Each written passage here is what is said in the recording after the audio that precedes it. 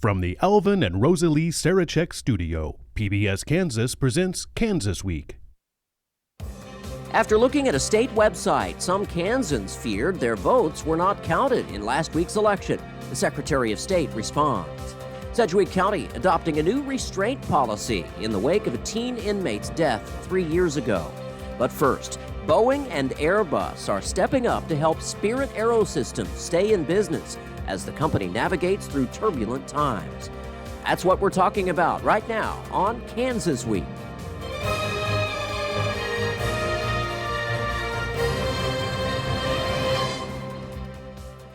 Hello, and thank you for joining us. I'm Jared Cerullo. Wichita's largest employer gets an infusion of cash from Boeing and Airbus so it can keep operating.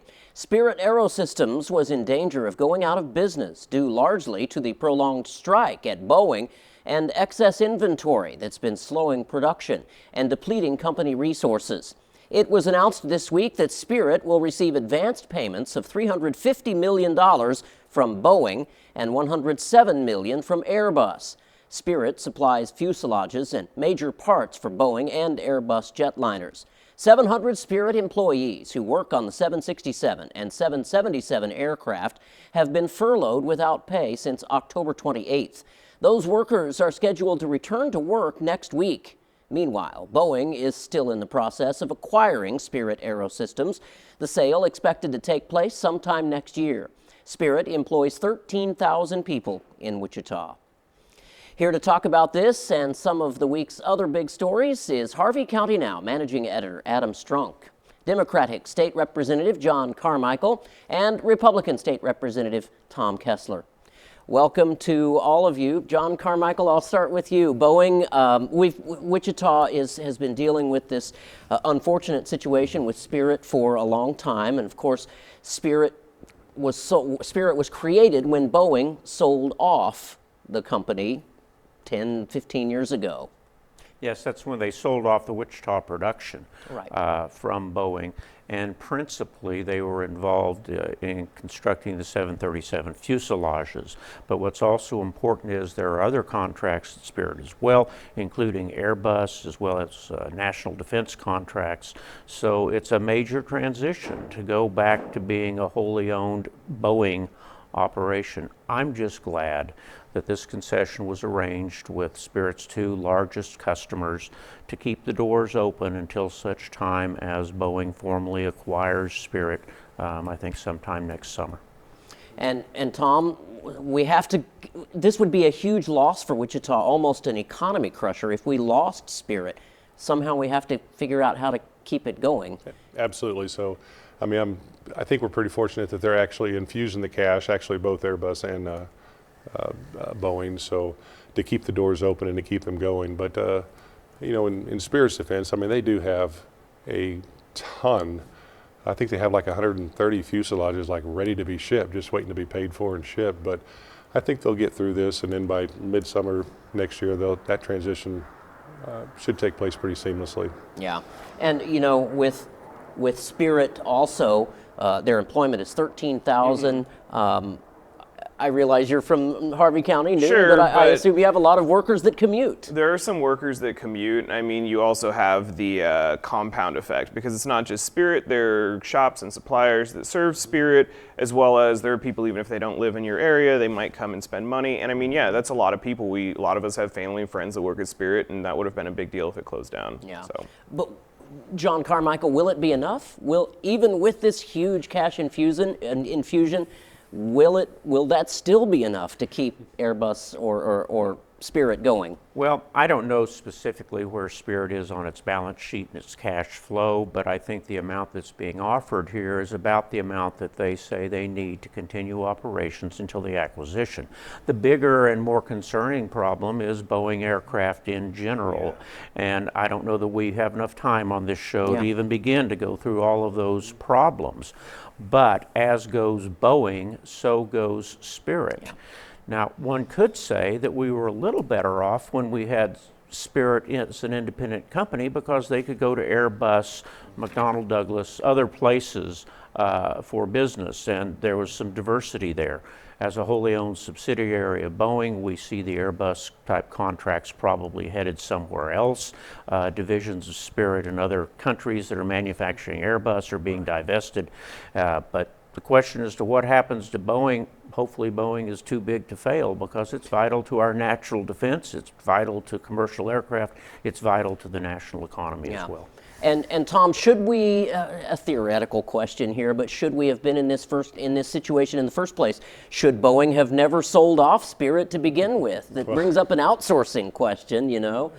Absolutely true. I think, and I think we're now seeing that they probably wish they hadn't have done that, right? So just the quality control and everything else that's involved with a wholly owned subsidiary versus contractors out like the Spirit and stuff. So I think they're finding out now that in order for quality work and timely work, that they probably need to have control of that chain. Yeah, and Boeing is not the only company that has spun off parts distributors or whatever. Many companies have done it. So, all right, we'll move on now. Sedgwick County now has a new force and restraint policy. The county commission approved changes this week that some say could have prevented a teenager's death 3 years ago at the county's juvenile detention center.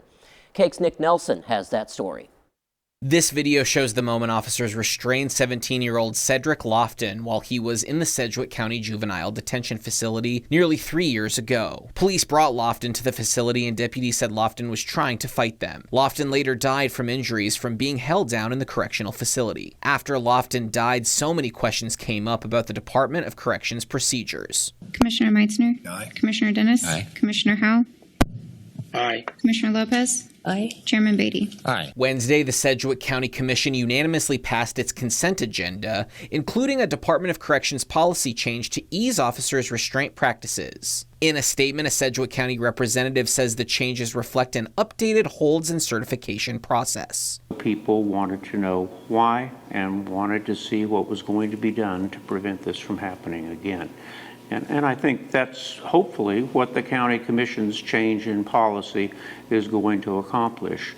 Representative John Carmichael has worked on legislation in the past to make changes to juvenile behavioral health in the aftermath of Lofton's death. But overall, the plan was to not utilize restraints and force of the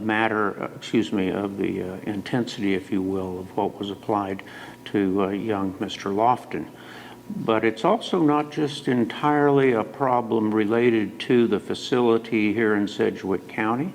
Overall, across the state, we still don't have as many resources as we would like to have a safe place to put juveniles who are acting in a manner that's not safe to themselves or to others. Nick Nelson, Cake News on your side. And Representative Carmichael, since you were featured in the story package there, I'll start with you. Tell us more about these plans. Well, despite what I may have said quickly in a short interview, there is a lot more to this problem than just passing a change in restraint problems at the County Juvenile Detention Center. We're looking at across the state the need to have places to put people who are juveniles whose behaviors are such that it's not safe for them or others. At the same time, using an incarceration model, there was a time, in fact, where juveniles were kept in county jails. Yeah. We don't want to go back to that. We know outcomes are better if we can stream people and keep them in the community rather than trying to detain them, because if we do, they do get out. And when they do, their outcomes are much, much worse after having spent time in a juvenile detention facility. It's a difficult problem. And Tom, it seems like as John is suggesting, that if we put these children in prison, they'll come out more hardened criminals than they went in. Is that the that's theory? Definitely not the answer. I agree 100% with John. And we've taken some steps a couple years ago. We've taken some more steps this year. So, probably out of the 600 plus bills that were introduced in the legislature this past session, I believe over 100 of them were some, touched health care in some way. So, I mean, we're definitely we've made some moves, and this is a great start from the county as well as far as adopting this. So. And not only health care, but mental health care Absolutely. as well. Absolutely. So, Adam, as a reporter in the media industry, you're no stranger to police force cases. No, and I mean, with 2 legislators here, if we're talking about this being something good that the Sedgwick County has done, how hard would it be to get a bill through that would make a similar policy statewide on holds? Well, the interesting thing, and maybe the unfortunate thing, is there are only 1 or 2 facilities in the entire state that are set up to hold juveniles whose behaviors are such that they can't be left in the community. And we are working on a number of things, but to try to specify in a statute what type of restraints are allowed and what type of restraints are not allowed in a particular circumstance may be beyond our expertise. I think we have to rely upon professionals like the folks who run the county detention system to establish state-of-the-art practices and procedures that guarantee the safety of children who are placed in these facilities. And I don't think that either Tom or I could produce a bill that would cover the multitude of problems and situations that confront the people who work in these facilities. I don't have a clear answer for this. Sure.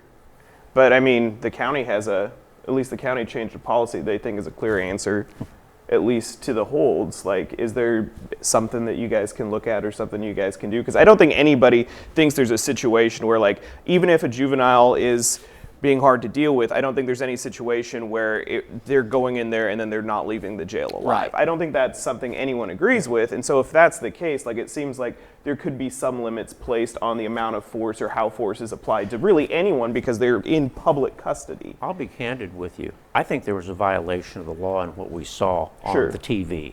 The district attorney said that he believes the stand your ground law prevented those people from being held to account.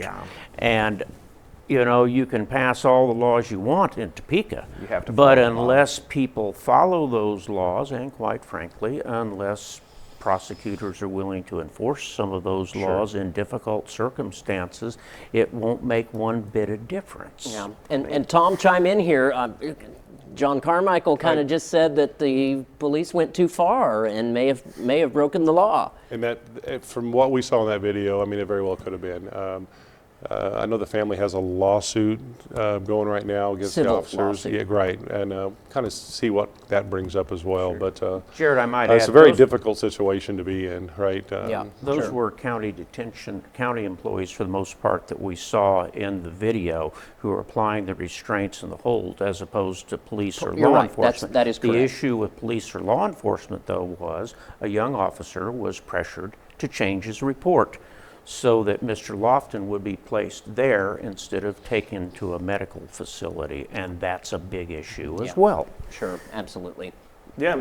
Well, and I think that came out through an open records request, remember? So I'm going to make a plug. We have to protect media transparency in Kansas. So Amen. thank you. I'm a journalist. I'll just have to, I Amen. have to say that. But too, there's also, like, you know, when we're talking about detention facilities, I mean, I was talking with our sheriff yesterday, just in our office before we were doing another story, about, you know, the difficulty it is to keep employees. And so I think that, you know, county governments, especially if they don't want to see these civil suits, if they don't want to see these ugly things play out, if they don't want to see, you know, children die, I think it's something for them to also consider. Like, we need to make sure that we are able to pay detention facility employees so we have good candidates, as well as we were putting important training stuff in place, and we're making the job attractive enough to where if we do have someone who isn't a good fit, we can get rid of them without being short-staffed Right. and then having applicants, And- which is much easier said than done. Yeah, and Tom, anything else to add in here? Yeah, for- and we have been taking steps like that, right? So I think Sedgwick County was a good point of that. They've increased the officers' pays, and they're starting to plug some of those holes, but it still takes a little while to Absolutely. come to fruition. Yeah, unfortunately, it's the bureaucratic red tape, and you know, And priorities. and priorities as well. You know, you deal with that in city government, state government, county government, no matter what. But hopefully, this will be a high priority because police enforcement is obviously a community issue as well. All right, some Kansans have expressed concern that their votes were not counted in last week's election, but the Kansas Secretary of State is trying to clear up that confusion. Cake's Abby Ray explains what this is all about. At the end of an especially contentious election, many voters are still asking the question, was my vote counted? I went and checked mine, I did an early vote the week prior. My vote was not counted as of that moment. I did another check this morning, and it still had not been counted. The 2024 general election was WSU student Aaron Heath's first time voting. And when he went to track his ballot online, he was shocked. That's the message to us young people saying, why does our vote matter? But if you checked in and you cast a ballot, you voted. Kansas Secretary of State explains the state has a website that tracks ballots and shows voting history. But as of now, it's only tracked advanced mail ballots for the recent election. People assume just it tracks all ballots, which our machines are not connected to the internet. So there's no way for you to be able to check immediately on whether or not you voted. Schwab reassures Kansans their votes are being counted. Tuesday, the local post-election audit took place, and Thursday, Sedgwick County will begin its canvassing process. It does take a while for us to get everything done. We got to process all these provisional ballots, so voting credit will not show up on your voter view website unless you cast a mail ballot until after final canvass. Election Commissioner Laura Rainwater says it's like this after every kind of election, large or small. Schwab believes the website will be finalized with updated voting history for all by the end of 2024. And Tom Kessler, I would assume you think our elections are safe and secure. Many of these issues often come up when people cast a provisional ballot. Can you explain what a provisional ballot is? Well, provisional ballot is, well, the most common one is people show up to the wrong polling place, right? So, and I believe almost a third of Sedgwick County voters had a different polling place, but the election office tried to stay ahead of that. They've sent out new voter ID cards or registration cards. They sent out postcards to everybody that was switching their polling place, but it still is confusing. But that's the most common one. But also, if you show up and you don't have your ID, you can still cast a provisional ballot. But I was told there's a little over 8,000 provisional ballots that they was going through the process just yesterday. So, and I heard about a third of them has already been rejected. Right. But I'm not even sure how that process is finished yet. But and John Carmichael, it's important to note also that even after the election has been certified, there are still votes being counted, even though an election has been certified, because of these types of things. Is that not right? Well, Jared, I don't know that I'm following you on that. Okay. Election day, they won't have been counted. Right. But in the days following and prior to what's known as the final canvass, every ballot that was cast that should be counted gets counted.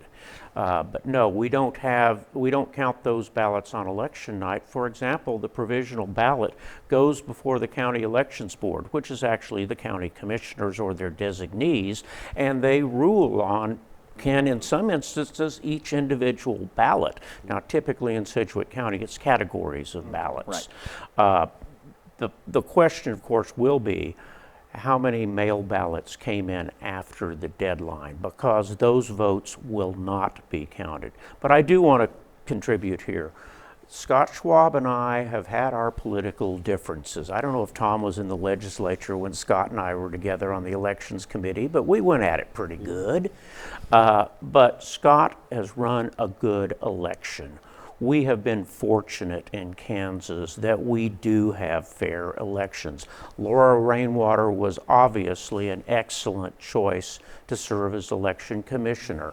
So I think that people in Wichita and Sedgwick County ought to be confident that if they were entitled to vote and they voted, that their vote is going to be counted, even though in some instances it won't be counted or actually posted until after the final election canvass by the county commissioners. And that's when that voting history will go up and you can make sure that your vote was counted. Right. Adam Strong. Well, I mean, if my understanding is right, this article or this news story is based on just the website that just shows your voting history, right? Correct. So this isn't like something that it's like meant for like voting transparency, so I can check on and see if it voted. Like it's going to take time to enter that. As much as I want to be like the state's doing doing this or the state's doing that. Like, it's a voting history website.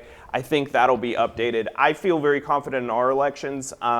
Kansas has a really fairly transparent election process. If people have questions, we've always said, like, you can go talk to your county clerk. You can kind of look at how it's seen done. You can volunteer to be a poll worker. You can do all this. Oh, you can sit on the election audit. You get paid, by the way. Yeah, you quote volunteer, you get paid $150. But yeah, and so like I feel very confident. We're lucky to have a really good county clerk in Rick, or city clerk in Rick, or county clerk in Rick Pifo. But yeah, I feel very confident with how that is. That being said, someone brought up the postal service. Someone brought up stuff being late. So you got to understand, like, there are ways of making sure your ballot might not be late. Personally, I wouldn't recommend anyone vote by mail if they're going to turn it into the post office within a week. You just aren't guaranteed that's going in. Yep. I mean, putting it in a ballot box, like, that's been a really good way. Like, ballot drop-offs has been a really good way. But on the other end, like, you see stories around where some idiot lights a ballot box on fire. So, like, if you remove people in the chain of command, the best way to, like, make sure your vote's counted is you're there either earlier on the day and you're getting it turned in. And a lot of counties have really robust early voting systems in Kansas.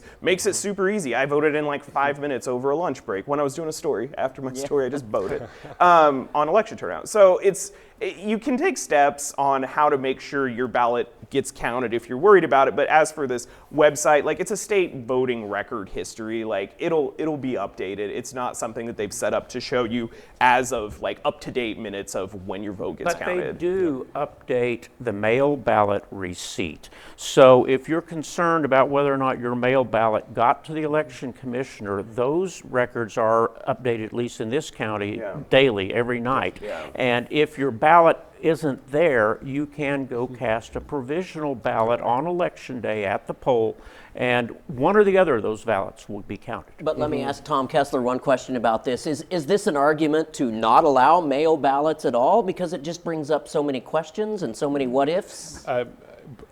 Probably not, right? So that's kind of where we're at right now. So, but this whole program of being able to go look up your history is before mail ballots, right? So, I mean, if you mail in a ballot and you have some doubts, that's what this program's for. So, and that's really obviously the only segment that's getting updated. But they're updating it pretty quickly, so you can tell pretty quickly if they got your vote by mail. All right, and you can call.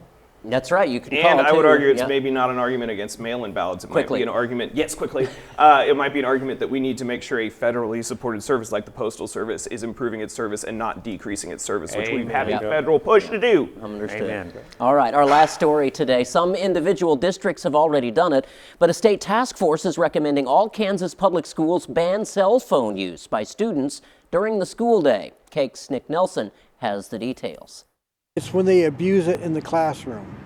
That's why I have a problem with it. She says she sees it all the time, you know, and she even makes it sound sometimes like the teachers, some of them feel like it's a losing battle. Dawn Forbes' granddaughter has told him her classes sometimes move slower because students are distracted by their phones. A statewide blue ribbon task force has been looking into this issue for the past few months and recommended to the Kansas Board of Education to help implement a policy where students' phones are kept in a secure location for the entire school day. Task force member Ava Gustin is also a high school student. She addressed the board Tuesday about why there were no new safety guidelines in the recommendations. Where that recommendation came about was we want to make sure that our students are safe and that they aren't stopping so they can take a video or text their mom that they're in an emergency, but instead they can have those safety measures and the school can then contact parents from there. The issue of students having quick access to their phones if an emergency takes place has been a top concern for parents across the state. Parents like Aaron Andrews, who has several kids in the Wichita public school system. Schools are pretty secure, but with the issues of violence, kids bringing guns to school, stuff like that. I mean, that can happen anywhere. We've seen it happen all over in small towns. You know, with my son or my daughter being able to have a phone in school, I would want them to be able to call 911 from the classroom if needed. Although the board didn't take any action on the recommendations this month, some members also expressed concern about the lack of guidance on safety. I think we shouldn't be making a recommendation for which we have no idea how it would be done. Like, if we don't have an idea what a plan would look like to handle emergencies without having those devices available, then that's not a very good recommendation. And Tom Kessler, as we saw in the story package, I was kind of surprised a little bit, but glad to see that an actual high school student is on the task force. That's when we think about government tasks or government-created task forces.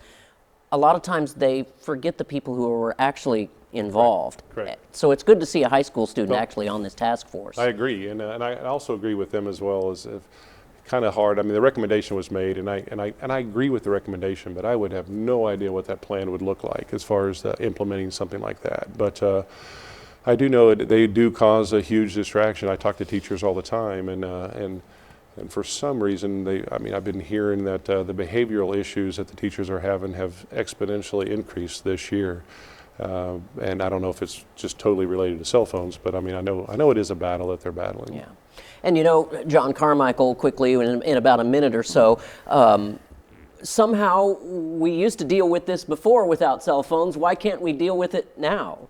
Well, I actually disagree with the recommendation. Okay. I think that local school boards should make the decision as to what is best for their schools and what works best in their community. We don't need a one-size-fits-all model. Now, I will tell you, in my class at Wichita State, I told my students, no cell phones. If you need to use the phone, you leave and don't come back in because you're done for the day. And I think we can make those rules to fit the situation, but I am very concerned about the idea that the state school board should impose this on local schools, and I would be even more concerned if people like Tom and I decide we need to pass a state law to do that. Yeah, and Adam, we've seen in many districts these cases that, you know, when students walk in, they have to put their phone in the cases. Maybe that's not working, or I mean, you see it on a district by district level. You see it sometimes in a building by building level, like what we see. And I actually agree with, like, it should almost be a district issue because you don't have the same schools. Some schools you have small towns that are K through high school in the same building. You have some towns where you have middle schools split up here and there. On a reporting and public safety end, I've seen it kind of play out both ways. Like, there's some situations where maybe there's a threat in schools, kids are calling out to their parents, and maybe it is being responded to. But on the other end, like, you see like someone say, hey, I think I saw a gun at school, and then it ends up being a toy gun, and then the school goes on lockdown, the community freaks out, people go to the school to try to get there, and you have chaos. So I don't have a good answer for it. I think it's up to communities and school boards to ask those hard questions and have those debates themselves. All right. That's a wrap for this week. Once again, thanks to Adam Strunk, John Carmichael, and Tom Kessler for joining us, and also thanks to Cake and KSN for sharing their stories with us. I'm Jared Cerullo. Thanks for watching. We'll see you again next week.